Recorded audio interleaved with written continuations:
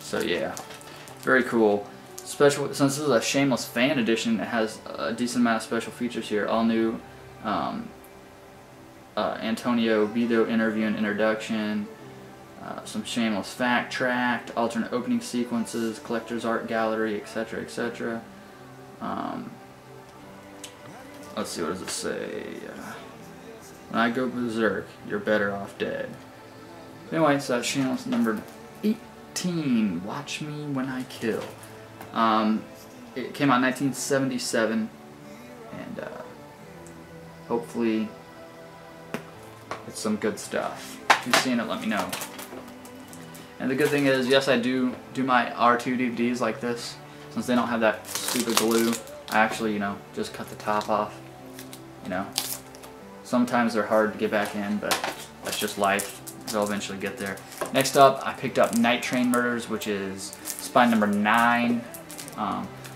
If I would take these out and show you the reverse covers, but I'm always pressed for time on these. Horror aboard. Yeah. Gotta love the taglines for these sometimes. I can't show you the back because there's full nudity. So good stuff in that. Came out in 1974. It's uncut. So very cool. Once again, comes with a reverse cover.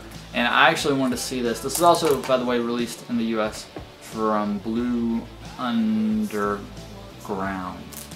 Night Train Murders. Actually, I was listening to one of my favorite podcasts, Cannibal Furrock. Jesus, I said Canadian Furrocks. I'm sorry, there, people. That's obviously where they got their name from, though. But hearing their episode with when they talked about Night Train Murders definitely made me want to pick it up. And since I remembered that it was on Shameless, and I'm collecting all their DVDs, I went with that instead of Blue Underground.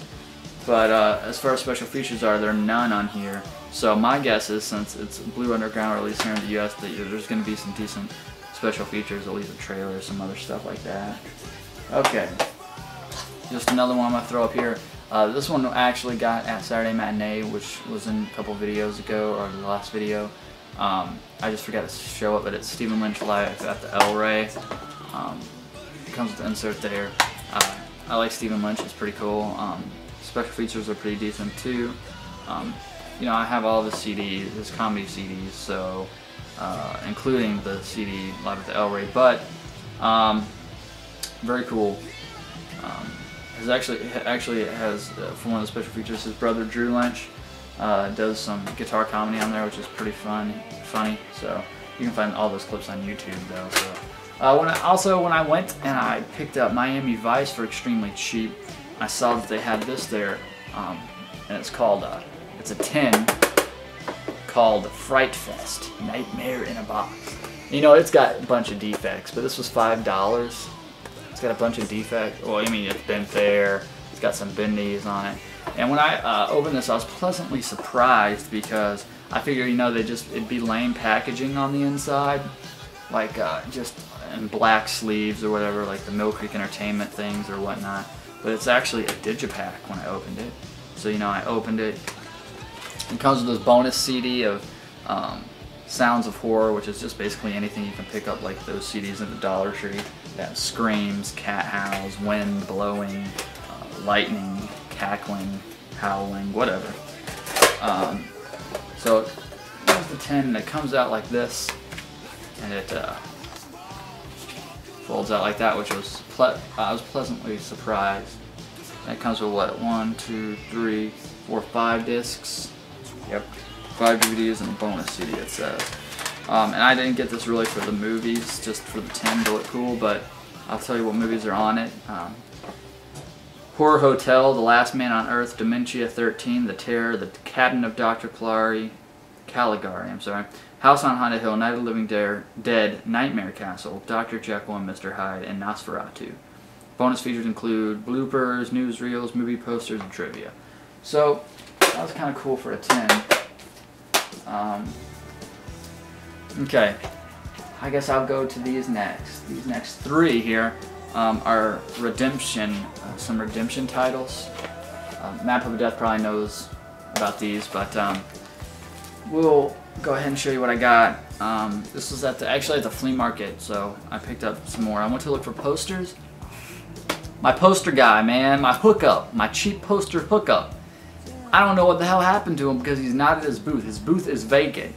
And I cannot tell you the depression it made me when I went there, money in hand, looking to pick up some cool posters, to see a vacant, empty booth.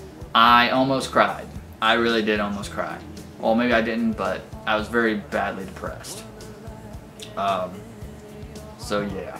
But hopefully I can track that guy down. I was gonna ask around, but we really had to go. So maybe I'll go. I was planning to go to the office, like the flea market office, where, I don't know, it's just the office, where you can go there and you can buy a table or a booth yourself. And I was gonna ask him where the hell that guy went because I need my hookup. I want his home phone number if he's not coming back to that place. Anyway, sorry about that. But anyway, I found this little setup that wasn't there before, and it was selling DVDs, so I picked up some of these because I knew Redemption's cool, basically. So I picked up right here, you can see Virgin Witch. Blam. No, there you go. They really like, they're like a 70s horror exploitation label. Really, they cater more to the lesbian, vampire, and zombie films. So we're up for some lesbianism and vampires and zombies. Right on. So this one's Virgin Witch, and I've noticed they rather put all their DVD cases the same, or they really like movies that come out in 1972, because all the ones I have here came out in the year of 1972, and they're all lesbian vampire films. So what did I say this one was? Virgin Witch.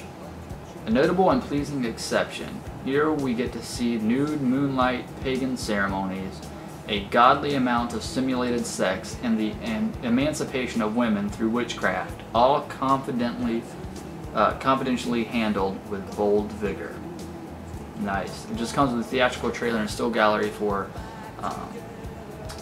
special features, but right on, that's Virgin Witch. I'll check that out and let you know. Then I picked, and then I also had their Bloodsuckers. 1972 again. It's not rated, blah blah blah. Disc is same as the cover here. This film shapes up to be an effective thriller, perhaps the first to put a psychological spin on the vampire pantheon. So, yeah, you guys can look this up if you want to know what it's about. I don't have time, unfortunately. This one was actually new, still sealed in plastic, and it's neither the sea nor the sand. Grandfather clock chiming. Let's see, what time is it now? It's a quarter till 6, I think. Anyways, and his body continues to rot, making their sex life rather gross. Awesome. A passionate love story set on the Isle of Jersey, where a troubled woman has come to sort out her life. She encounters and falls in love with a lighthouse keeper, but their affair ends in tragedy when he drowns. His death, however, is just the beginning, as the dead man's zombie-like body returns to his grieving lover. Initially, she is overjoyed, but his body continues to decompose. Wow. Awesome. So yeah, very cool. Okay, you know how I said I wouldn't read what the rest of them are about? Fuck it, I'll do it anyway. Time matters not to me now. So Bloodsuckers, let's dive into this joyness. Bloodsuckers, aka Doctors Wear Scarlet, or Freedom Seekers, or Incense of the Damned, is an original take on the vampire myth. It proposes that vampirism is a psychological sickness linked to sexual repression rather than anything supernatural. Shot on location in Greece and England, and starring horror film luminaries like Peter Cushing and Edward Woodward, it centers on a young student who has disappeared in Greece. When his friends search for him, they notice that wherever he has been, a number of murders have taken place. They find their friend under the spell of a beautiful vampire, whose blood-sucking methods include the use of S&M sex. Nice. Believing that they have killed her, the group return to England, unaware that their friend is now a vampire. Nice. And Virgin Witch is, let's see, Vicky Michelle of Allo Allo fame, and her sister Anne Michelle of House of Whipcord and Marquise de Sade's Justine are two young models who are lured by a lecherous lesbian to spend the weekend at a country house being photographed by a shindy photographer. In reality, Anne is being set up for a virgin sacrifice and induction into a witch's coven. Chock-a-block with sex, lesbianism, lurid 70s fashions, dodgy witches, and even dodgier warlocks, Virgin Witch is a prime concoction of British exploitation cinema.